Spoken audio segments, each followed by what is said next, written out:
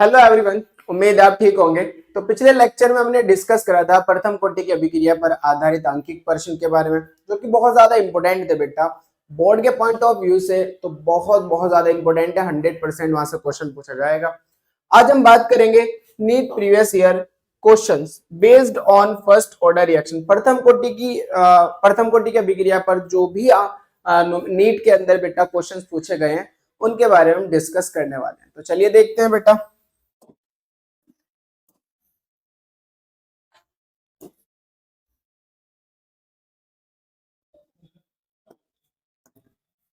NEET 2025 में ये questions पूछा गया है। क्या कहता है भाई वो, यदि किसी अभिक्रिया का वेग स्थिरांक के दे दिया बेटा, हमारे पास वेग स्थिरांक 0.03 सेकंड इनवर्स। वेग स्थिरांक का मात्रा अगर सेकंड इनवर्स है तो ये प्रथम कोटि की अभिक्रिया है। अच्छा, तो अभिक्रिया की जो 7.2 मोल प्रति लीटर सांद्रता को 0.9 मोल प्रति लीटर सांद्रता तक कम होने में कितना समय लगेगा।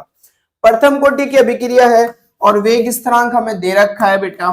तो हमारे पास प्रथम कोटि की अभिक्रिया और वेग स्थिरांक के बीच एक रिलेशन होता है कि t बराबर 2.303 अपॉन के log बेस 10 a अपॉन, या फिर मैं कह दूं अगर बात करें तो a not upon A not क्या है बेटा, ए नॉट है प्रारंभिक सांद्रता और हमारा कैपिटल ए क्या है, टी समय बाद सांद्रता या फिर बची हुई सांद्रता।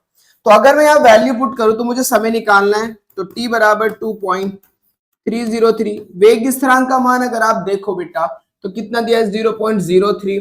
तो मैं यहाँ रख दूंगा 0.03 गुना लोग ए नॉट प्रारंभिक सांद्रता कितनी है बेटा, 7.2। 7.2 से घटकर कितनी कम हो गई बेटा, 0.9। तो बची सांद्रता कितनी है, 0.9। अब आप जानते हो पॉइंट से पॉइंट हट जाएगा, पॉइंट से पॉइंट हटाओ और जैसे पॉइंट से पॉइंट हटाओगे बेटा आप तो ऊपर 72 और नीचे 9। 9 के टेबल जब 72 पढ़ोगे तो 9 अट्ठे 72, 9 अट्ठे 72। तो टी बराबर हमारे पास आएगा 2.303 अपॉन 0.03 इंटू log बेस 10 8। और 8 को मैंने आपको बताया था पिछले न्यूमेरिकल्स में भी ये बात समझाई थी। 8 को आप लिख लो 2 की पावर 3, क्योंकि यहाँ पर जो दे रखा है log 2 की वैल्यू दे रखी है। log 2 की वैल्यू देने की वजह से मैं क्या करूंगा, 8 को 2 की पावर 3 लिख दूंगा। और log में पावर कहाँ जाती है बेटा, शुरू में आ जाती है। तो मैं इसे लिख सकता हूँ t बराबर 2.303 अपॉन 0.03 इंटू 3, पावर शुरू में आ गए। log 2 की वैल्यू कितनी है, 0.301, 0.301 देख सकते हो बेटा। अब यहाँ पर अगर आप देखो तो ये 2 डिजिट के बाद पॉइंट है, वहां 3 डिजिट के बाद पॉइंट है। तो मैं इसको क्या कर लेता हूं, इसको भी 2 डिजिट के बाद पॉइंट कर लेता हूं, इसको भी 2 डिजिट के बाद पॉइंट कर लेता हूं। तो पॉइंट से पॉइंट खत्म। अब यहाँ कितना बचा, 30। यहाँ कितना बचा, 3। चेक कर सकते हो बेटा, मैं इधर दिखा देता हूं। तो टी बराबर 2.303 अपॉन, यहाँ 3 बचा पॉइंट हटने से, ऊपर 3 और यहाँ 30 बेटा। तो ये खत्म 3 से। अब 3 का टेबल आप पढ़ लो बेटा इस पर। तो जब आप 3 का टेबल पढ़ोगे इस पे, 30 का है ना, तो 30 को मैं लिख सकता हूं 3 गुना 10। 3 गुना 10, 3 का टेबल पढ़ लो। 3 तिया 9, 3 0 0, 3 तिया 9, 3 दूनी 6। अच्छा, पॉइंट कितने के बाद है, 3 डिजिट के बाद। कितने के बाद, 3 डिजिट के बाद। और एक जीरो भी तो है बेटा, तो पॉइंट कितने डिजिट के बाद बच जाएगा, 2 डिजिट के बाद। तो आंसर कितना आएगा, 69.09। तो लगभग ये देख लो 69.09 ऑप्शन कहाँ है हमारा।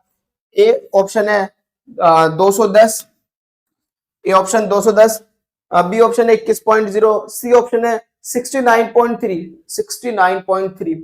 यही हमारे पास इसका क्या होगा बेटा, आंसर होगा 69.3। कैलकुलेशन कर लेना, आपको पता चल जाएगा इसका आंसर कितना आ जाएगा, 69.09 ये कहो या फिर 69.3, लगभग अप्रोक्स इसी का आंसर आ रहा है। क्लियर बात बेटा। 2025 का क्वेश्चन है, आगे चलते हैं। क्वेश्चन नंबर 2, अगर इस क्वेश्चन को भी आप देखो तो ये क्वेश्चन भी हमारा 2025 का ही है बेटा, देख सकते हो।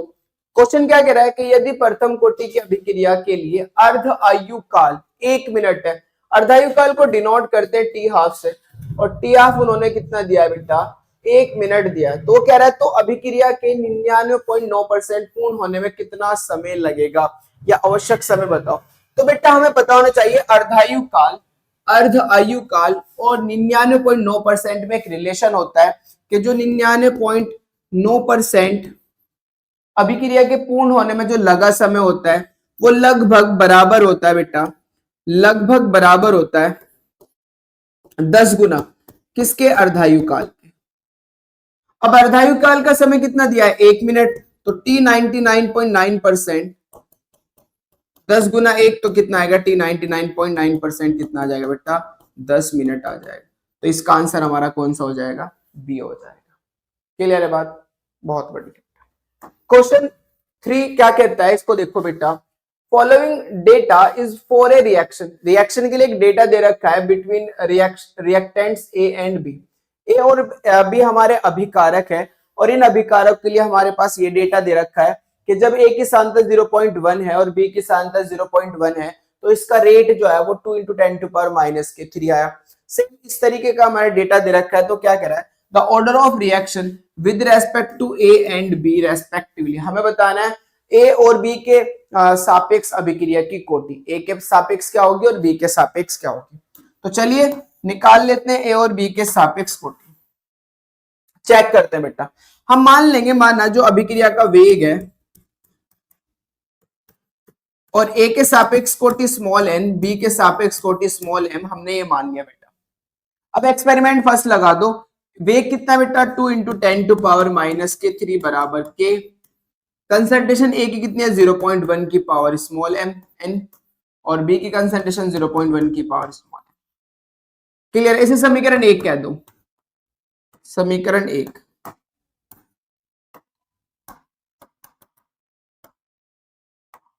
समीकरण 1। दूसरा इक्वेशन अप्लाई करो बेटा, दूसरा तो वेग कितना हमारे पास 4 × 10⁻³ बराबर, चेक करो बेटा, कंसंट्रेशन के 0.2 की पावर m, 0.1 की पावर m, ये n आएगा बेटा, n। क्लियर है, समीकरण 2। तीसरा एक्सपेरिमेंट अप्लाई करो, इसमें तीसरा एक्सपेरिमेंट 1.6 × 10⁻³ बराबर के, कंसंट्रेशन कितनी है बेटा, 0.2 की पावर n, 0.2 की पावर m। वैसे तो मैं डायरेक्ट बता सकता हूं, डायरेक्ट चेक करो बेटा।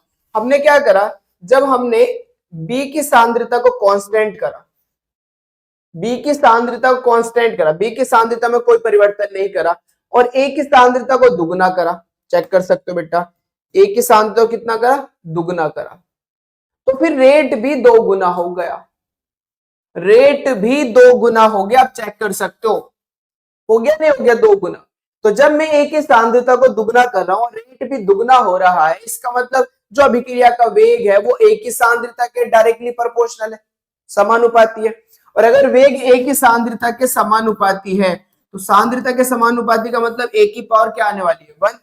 तो ए के रेस्पेक्ट में ऑर्डर क्या आएगा, फर्स्ट, ए के रेस्पेक्ट में ऑर्डर क्या आएगा, फर्स्ट। तो या तो मेरा आंसर ये हो सकता है या मेरा आंसर ये हो सकता है, ना ये होगा ना ये होगा भाई, इन दोनों में से कोई एक हो सकता है क्योंकि ए के रेस्पेक्ट में ऑर्डर क्या आ रहा है, फर्स्ट आ रहा है। अब मैंने क्या करा, ए की कंसंट्रेशन को कांस्टेंट करा 0.2 0.2 और बी की कंसंट्रेशन को दुगना करा।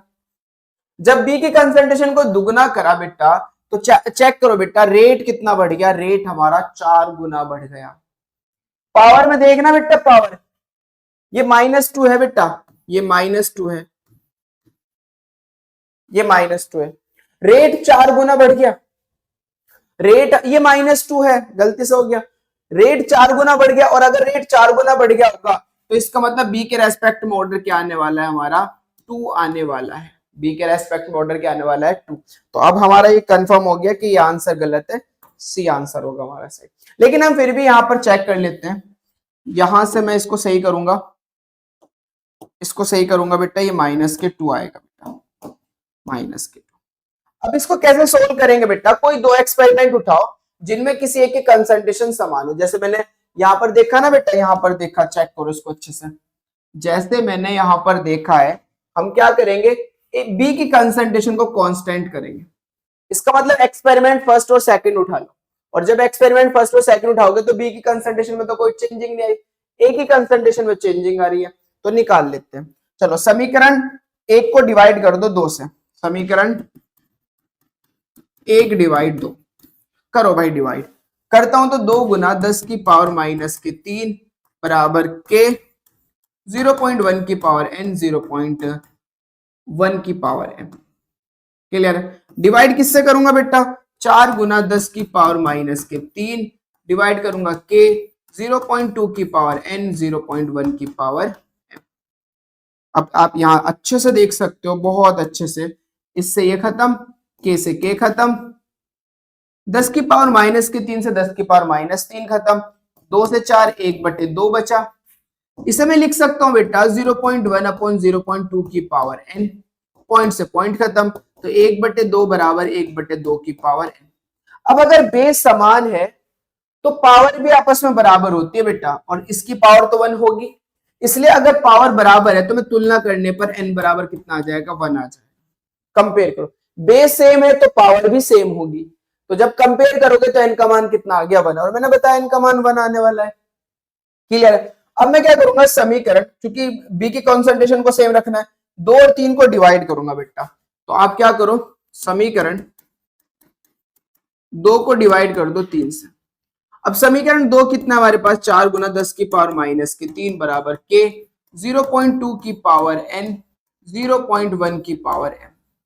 डिवाइड कर रहा हूं 1.6 इंटू 10 टू पावर माइनस के 2 से, के 0.2 की पावर n 0.2 की पावर m। अब आप चेक कर सकते हो बेटा, चेक कर सकते हो, के से के खत्म, इससे ये खत्म, राइट। अब यहां पर देखोगे आप, जब यहां पर देखोगे पॉइंट हटेगा, एक जीरो ऊपर जाएगी बेटा, 10 की पावर 1 और 10 की पावर माइनस 2, 10 की पावर 1 और 10 की पावर माइनस के 3, तो माइनस के 2 बचेगा, माइनस के 2 से माइनस के 2 खत्म, 4 ऊपर नीचे 16 ऊपर 4, 4 चौक 16, 1/4 बचा बेटा। यहाँ कितना बचा? 0.1, यहाँ 0.2 की पावर m, पॉइंट से पॉइंट हट गया बेटा, तो 1/4 बराबर 1/2।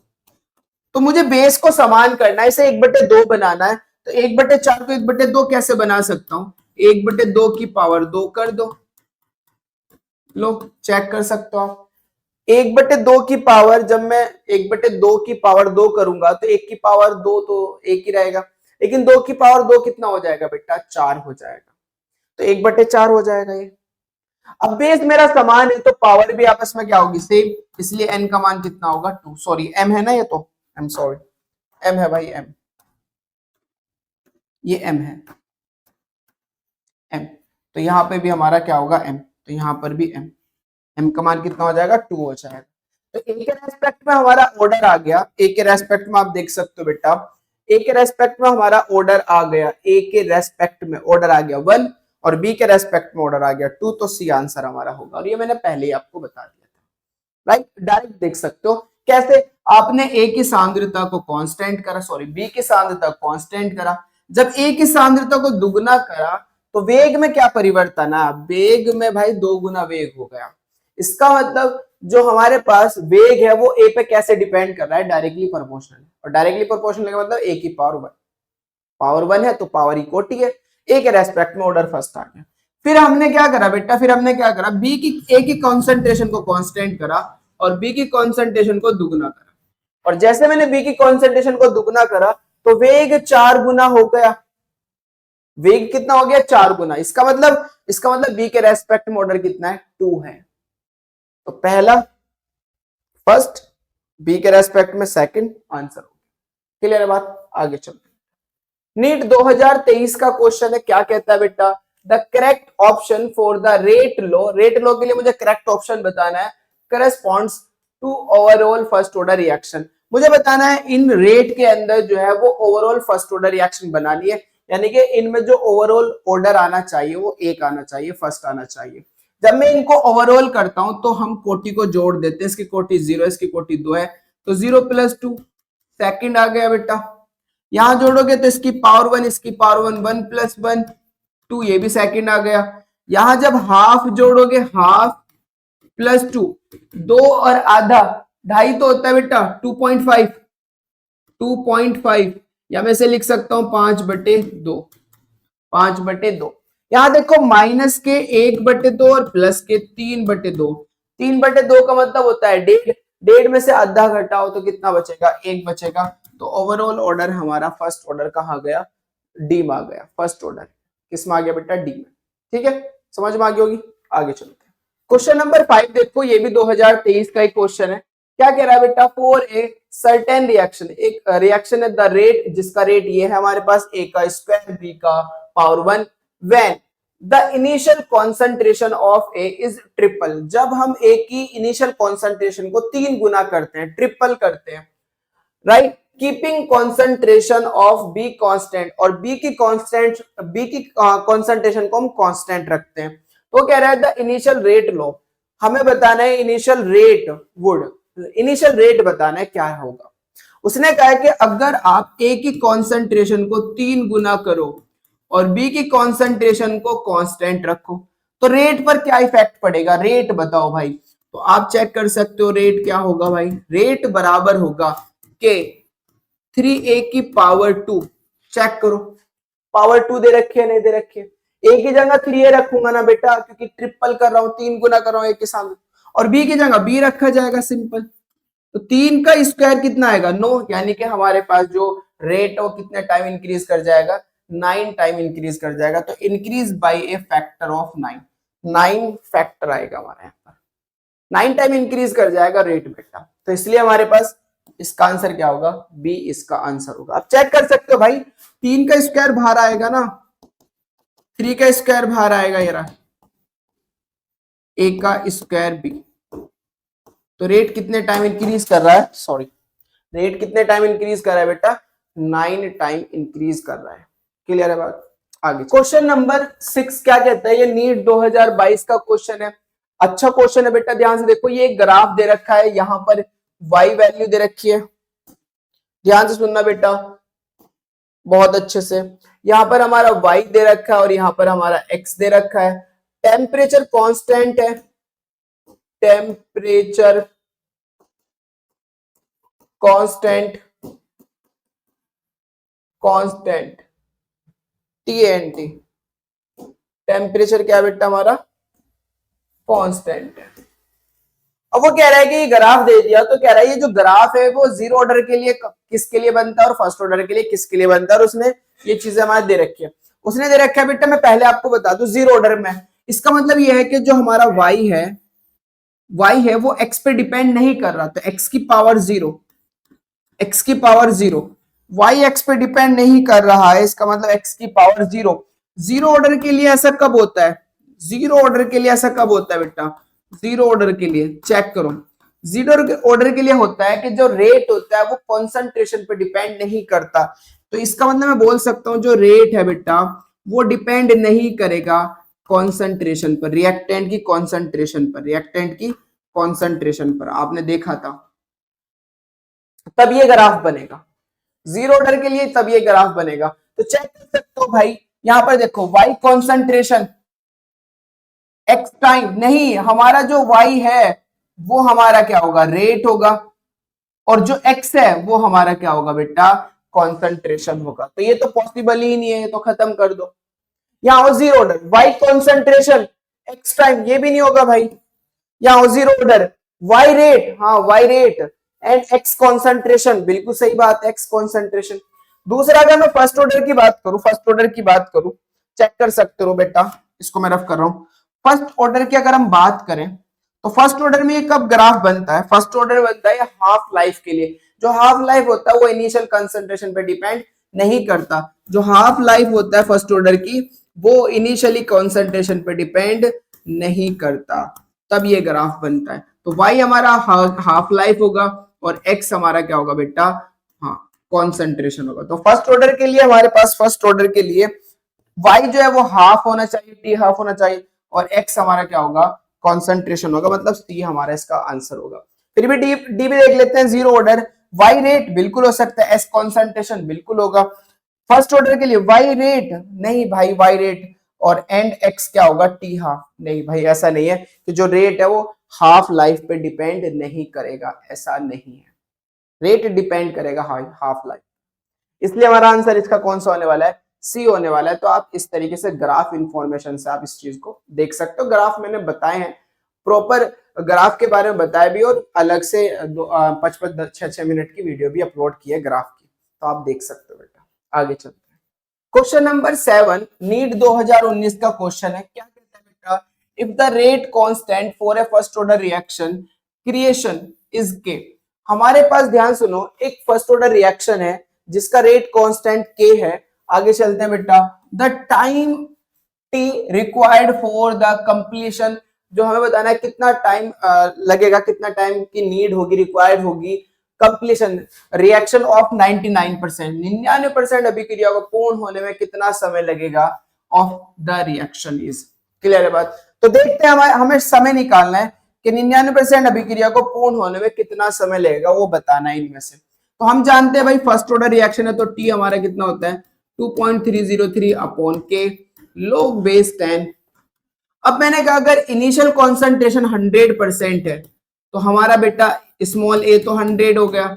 अब a माइनस एक्स याद होगा आपको, a माइनस एक्स कितना होगा, बची हुई सांद्रता, बचा कितना है बेटा 1, क्योंकि अगर 99% कंप्लीट हो गया तो बचा तो 1 ही है ना। या मैं कहूं बेटा हमारा a नॉट प्रारंभिक सांद्रता को 100 मान लो और बची हुई सांद्रता कितनी होगी 1, क्योंकि 99% तो कंप्लीट हो गया है, इसलिए ऊपर 100 और नीचे 1 रखूंगा मैं। तो t बराबर 2.303 अपॉन के लोग 100 की वैल्यू, लोग 100 की वैल्यू आप सब जानते हैं, लोग 100 की वैल्यू होती है बेटा 2, क्योंकि लोग 100 की वैल्यू कितनी होती है 2 होती है। और 2 की गुना जब मैं इसमें करूंगा तो 2 दूनी 4, 2 तिया 6, 2 0 0, 3 दूनी 6 अपॉन के, तो टी हाफ हमारा ये आ जाएगा 4.606 अपॉन के, बी आंसर होगा बेटा 4.606 अपॉन के। निकाल सकते हो बेटा, ये बहुत सारे न्यूमेरिकल कराए इससे पिछले लेक्चर।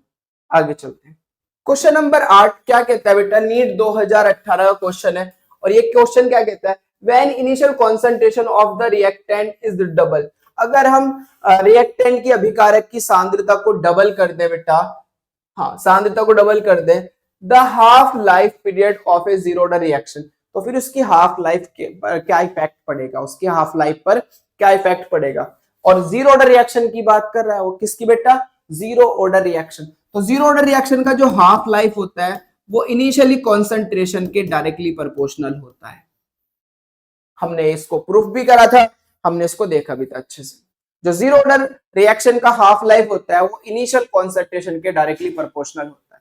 तो मैं कह सकता हूं बेटा कि जो मेरे पास हाफ लाइफ है, अगर वो इनिशियल कॉन्सेंट्रेशन के डायरेक्टली प्रोपोर्शनल है, तो अगर मैं इनिशियल कॉन्सेंट्रेशन को डबल करूंगा तो हाफ लाइफ भी मेरी क्या हो जाएगी, डबल हो जाएगी।